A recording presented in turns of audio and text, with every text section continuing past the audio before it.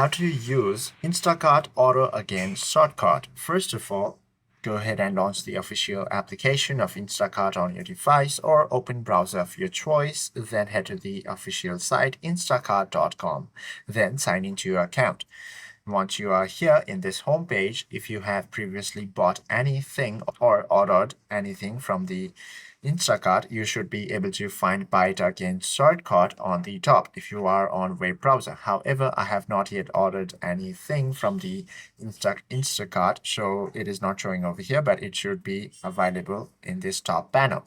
But if you are on mobile device, all you have to do is at the homepage, select the Buy It Again or your favorite carousel option. Tap the plus sign on any items to instantly add it to your current cart. Then what you can also do is simply proceed to order it. Hope this video helps you out a lot. If you have any questions or queries, please do comment down below.